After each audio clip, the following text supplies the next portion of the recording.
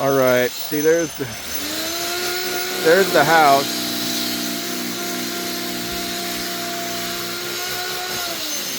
And the septic tank is going to be down the hill.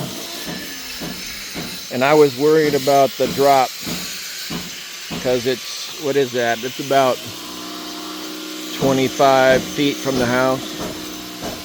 And I had the video yesterday, and there was a guy, Peter, who was kind enough to give me a good idea. I'm gonna have the drain the pipe come over here with an angle and a little bit behind these bamboo, and then angle down over the tank and drop straight down. And we're gonna keep it at 1/4 inch a foot, which is, I've heard that before, but I hadn't thought about doing that. But he was kind enough to give us the idea. And then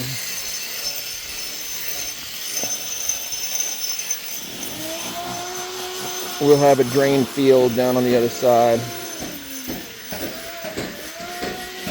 Gravel drain field. So Peter, if you're watching, I really appreciate your advice. I've watched a lot of videos on them, but I never seen the situation where we had to come up with something like that. But that was great. It's great to have people doing a lot of advice and stuff. I appreciate it. I've been in construction for years and years, but haven't really connected up like septic tanks because we've always been in the city. So, but I've watched a lot of videos on septic installation, so I would know, and that was the first time I had got that advice, so it was great. But they're moving quick. See, this concrete form blocks, the hollow blocks they have here are really irregular, shabby, really low strength, and you can order some really good ones, but it's not easy, especially out in the province, so these concrete form blocks allow you to get a lot of strength and quick and easy finishing, much quicker than the hollow blocks, because you got to put like a coat of filler rendering on it, and then the regular rendering coat, finishing rendering coat, skim coat, and you got to do that on the inside and the outside. So a lot of this we can just do with a touch-up rendering and skim coat. And then we're going to be putting for paint, we're going to be using a ceramic white paint, which is supposed to give it a thermal insulating capability, like reflecting, dispersing the sun and the radiation. But literally here, it's about, I think, 2 o'clock right now, and we're just starting to get sun on the bottom part of the house on this side. Up until about 2, you really don't get any heat because of the bamboo I have on the east side. And then they always say, don't have your house face the south, or the west, which will be the way. So in the evenings we will get the sun shining on the front of the house, but only for 2-3 hours.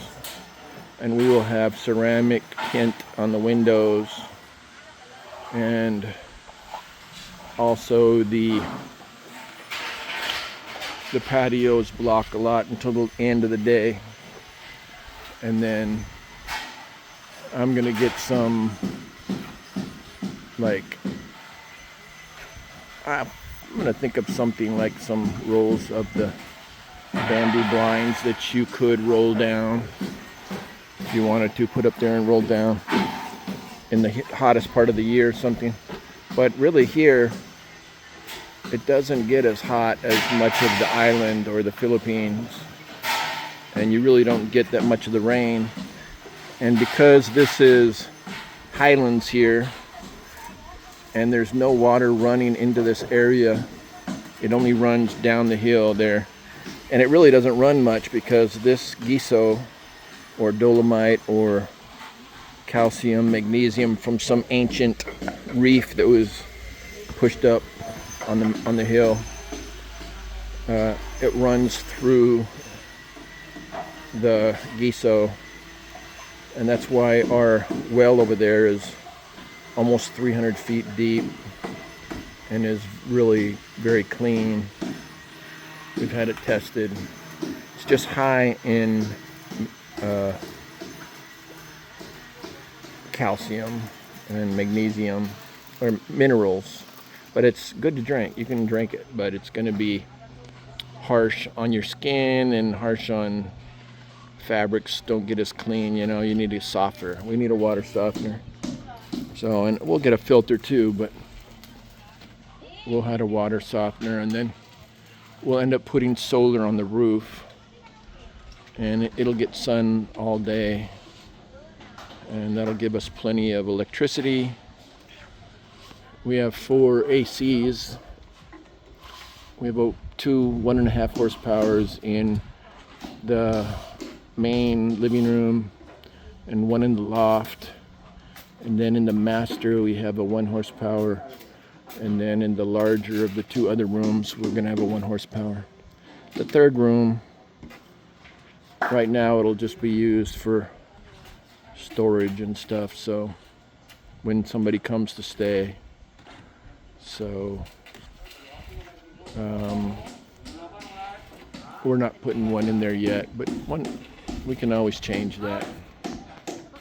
So probably I'm going to put the 1.5 horsepower upstairs so it will blow and rotate the angle, and a lot of it will blow downstairs, so we can probably, most of the time if we have it on, we can just, the upstairs AC will cool down both sections. There's a large opening for the downstairs, so it'll cool both areas fine.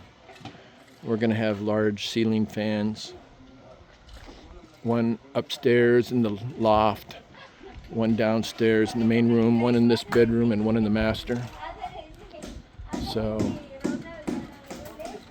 those will be helpful. And if we open up the windows, sliding doors, downstairs we have like a 6-panel sliding door, and upstairs we have, or no, upstairs we have a 6-panel. Downstairs we'll just have a large 2-panel and lots of windows. So the flow here in the mountains is going to keep it cool for at least half the day.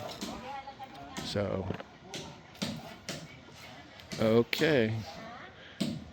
Please, you guys, like, share, and subscribe, because I would love to hit 1,000 subscribers.